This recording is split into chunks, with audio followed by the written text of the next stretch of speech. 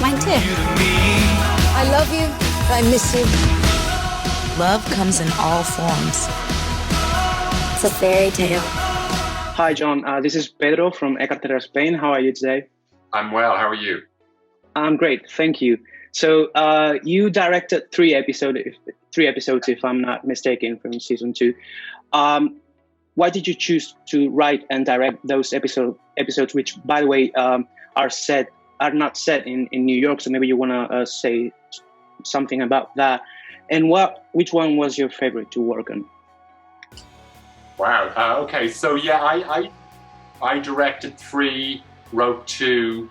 I wanted to take on both those themes in those episodes. The ones that I wrote are very, very different episodes, aren't they? Like, one is kind of quite a little heavier and about grief and overcoming things. The other is a very sort of light-hearted, more traditional romantic comedy, starting on a train and tracking these 2 characters as they go different directions. 2 very distinct ideas and themes that I was drawn to, really, because when I read these essays, all I'm really looking for is a personal connection to the material, and then a few scenes or suggestions in each essay that triggers in my mind 4 or 5 set pieces or scenes that I feel like I could be on set directing that very easily or writing that, and I would bring something to the table. And that they're the only criteria I'm looking at when I read these essays. And there's lots of essays that I love, that I laugh at and I read, but I just won't make good half hours of TV. And I've struggled with them a little bit, trying to kind of shoehorn them into the half-hour format, and it hasn't worked. So they were those 3 essays that I ended up being involved with directly were just ones that made my heart beat faster when I read them.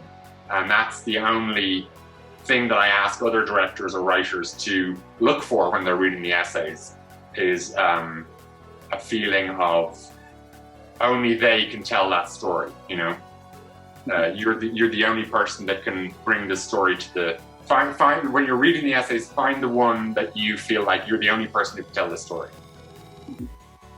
So about the Strangers on a Train episode with Kit Harington and Lucy Boynton, which I loved, it's a very cheeky, very funny, joyous episode with all the musical number, all the references and the romantic cliches, and it's a very fun episode. But my question is, who came up with the Game of Thrones reference? Was it in the script? Was it Kit?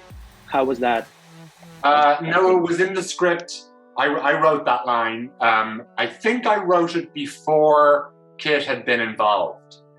So the original joke was that Declan, the character, like, when he thinks about the Middle Ages, because she's a medieval scholar, all he thinks about is Game of Thrones. That's kind of a modern media, and obviously the Middle Ages is so much more than that. And I'm sure that medieval scholars get cheesed off with people feeling like, oh yeah, Middle Ages, Game of Thrones. And I thought that was a funny joke in and of itself. And then when Kit Harington came along, I thought, oh, now that joke's really funny and cheeky, and I'll leave it in and I'll see how he reads it. And I felt like I'll know that if he comes along and he says, I'm not comfortable with that line because it's too meta, and he didn't even mention, he was like, I can't wait to read that line. And then in the read-through, which we did on Zoom, he did it, and it was so funny the way he did it. That told me more about that actor than anything else. It told me that he was just like completely like unprecious and was like, that's a funny line. But it's in a weird way, it's an accidental line. I didn't write it after I found he was going to do the show. It's so funny. So the show introduces the pandemic in this episode, but it doesn't make it its focus. So yeah. Do you think the experience of watching a show about love and connection, meeting people, as opposed to season 1, will change the experience or the reception of the show in this particular circumstances? And what do you think the show can do for us in this time? Well, I think it's a very interesting question. I think that we'd be crazy as makers of this show not to acknowledge what's been going on for the last 18 months of everybody's life. But we didn't want to try and make,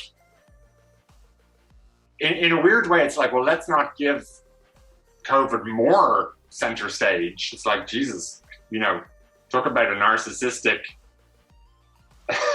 like, horrible thing. It's like, it couldn't get more, like, it was like, let's not keep talking about coronavirus or have all the characters constantly talking about being locked in or locked down or mask wearing, or, but we didn't want to completely avoid it and make this show set in its own fantasy bubble. And when I read that one episode, it was like, well, that's perfect because it's a natural way to address what we've been all through and show that we're listening. But it wasn't contrived. It wasn't like we sat down at a round table of producers and said, we must have a coronavirus episode. Yeah. We were like, once I read that, I was like, oh, that's funny. And that's a way of looking at this thing without actually looking at it. It's like looking at the sun, you know, you're aware that it's there, but we didn't want to stare directly at it and make a big deal out of it. And it's had enough attention as it is, you know.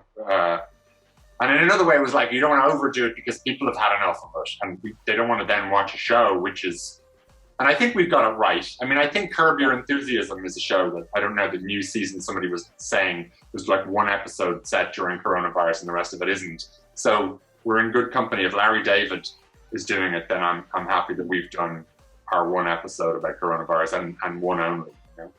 Yeah. Okay, so that's all. Thank you so much for your time, John. Have a good day. Take care. Thank you. Thanks very much. Bye. Do you want me to call you? I realize I might be coming off like some gross late night guy. You're not gross. No? Don't run from this now. I just spent the night with the woman of my dreams.